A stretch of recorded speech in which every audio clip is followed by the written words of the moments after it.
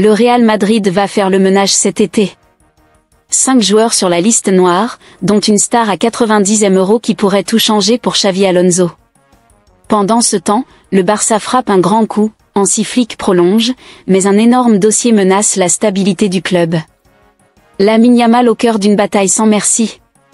Et attention, l'Inter Milan prépare un coup fourré pour voler un joyau catalan, pendant que le Barça met tous ses fonds sur une priorité absolue. Abonnez-vous et activez les notifications pour ne rien rater de ce mercato explosif.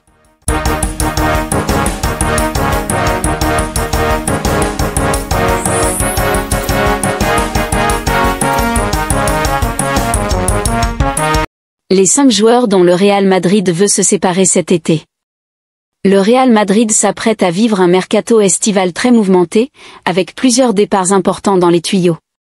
Ce samedi, le club va officialiser le départ de Carlo Ancelotti, son entraîneur le plus titré.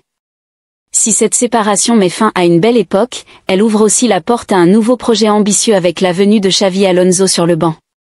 Encore discret sur son avenir, le Basque a confié vouloir être heureux où qu'il aille, ce qui passe par travailler dur, s'appuyer sur un bon groupe et vivre de nouvelles expériences. En attendant, Florentino Pérez et le directeur sportif José Ángel Sánchez préparent déjà à réaliser une refonte à profit de l'effectif. Leur objectif principal est de réduire la masse salariale pour financer des recrues stratégiques. Ainsi, le Real espère économiser environ 200 millions € en combinant les départs de plusieurs joueurs non considérés comme indispensables. Parmi les joueurs en partance, Ferland Mendy. Le latéral français peut rapporter 20 millions € au club tout en libérant 12 millions € de salaire annuel brut. David Alaba et Lucas Vázquez pourraient également quitter le club, ce qui permettra de réduire respectivement 25 et 10 millions € de charges salariales. Autre vente envisagée par la direction merengue, celle de Dani Ceballos. Estimé à 20 millions €, le milieu espagnol va assurément recevoir des offres cet été, que le Real est prêt à étudier. Enfin, Rodrigo Goes. Le Brésilien sort d'une saison très mitigée et pourrait cette fois finir par plier bagage. Cela pourrait être la grande vente de l'été du côté de Madrid avec un transfert avoisinant les 90 millions €.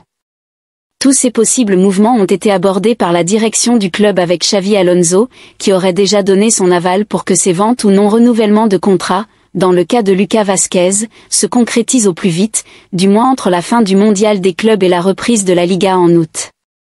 L'Inter veut tenter sa chance pour un crack catalan apprécié par Hansi Flick. Le prochain prétendant au sacre en Ligue des Champions s'active déjà pour le mercato estival. Après avoir quasiment bouclé le deal de Luis Enrique avec Marseille, les interistes regardent désormais du côté du FC Barcelone pour leur voler un crack.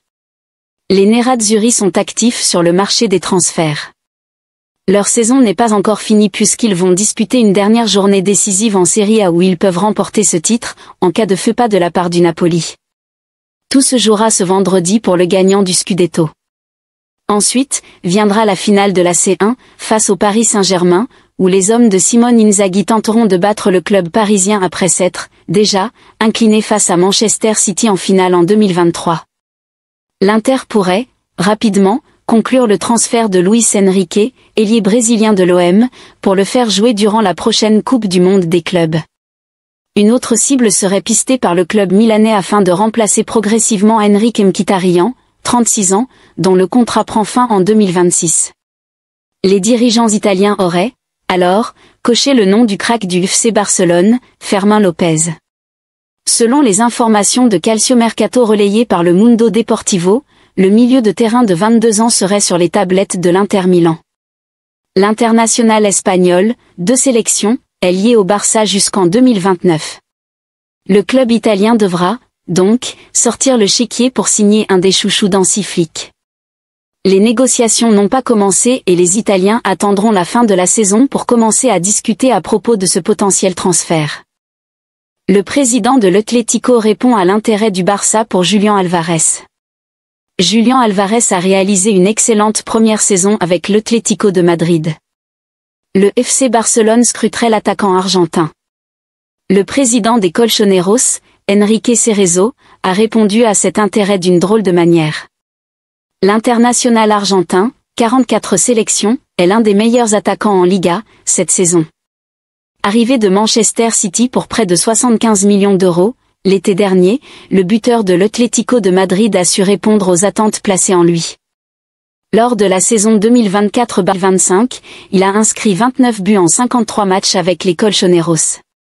Ces statistiques lui valent désormais l'intérêt flatteur du FC Barcelone, qui réfléchit déjà à l'après Lewandowski. À ce sujet, le président de l'Atlético, Enrique Cerezo, a commenté ironiquement « Le Barça aime Julián Álvarez ? Moi, j'aime beaucoup Lamine Yamal. Nous devons avoir les mêmes goûts. » Valorisé à 90 millions d'euros par Transfermarkt. Julián Álvarez est un joueur de l'Atlético. Il est à nous et le restera. Julián grandira à l'Atlético et mourra sportivement à l'Atlético parce que c'est un joueur fait pour nous, ajoutait, plus sérieusement, Enrique Cerezo. Le Barça ne se positionnera pas sur l'attaquant de leur rival cet été, à moins d'un revirement de situation, puisque les Blaugrana ciblent d'autres postes, en priorité. Le contrat de Robert Lewandowski prendra fin à l'été 2026, date, sûrement, de la prochaine approche du Barça pour Julián Álvarez ou un autre attaquant, successeur du Polonais. Hansi Flick prolonge avec le FC Barcelone. Bonne nouvelle pour le FC Barcelone. Auteur d'une excellente saison à la tête de l'équipe première, le coach allemand Hans-Dieter Flick a parfaitement remplacé son prédécesseur Xavi en remportant la Liga, la Supercoupe d'Espagne et la Coupe du Roi.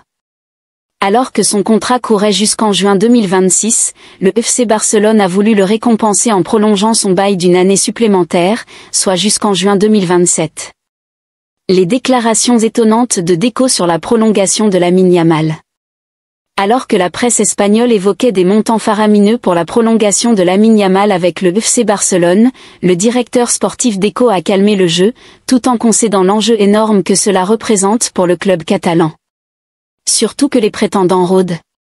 C'est le joueur qui donne des frissons à tous les amoureux du football. Des frissons, il peut en donner aussi à sa direction, à Barcelone. La peur de le perdre, de ne pas avoir les épaules assez solides pour le conserver, d'un point de vue financier.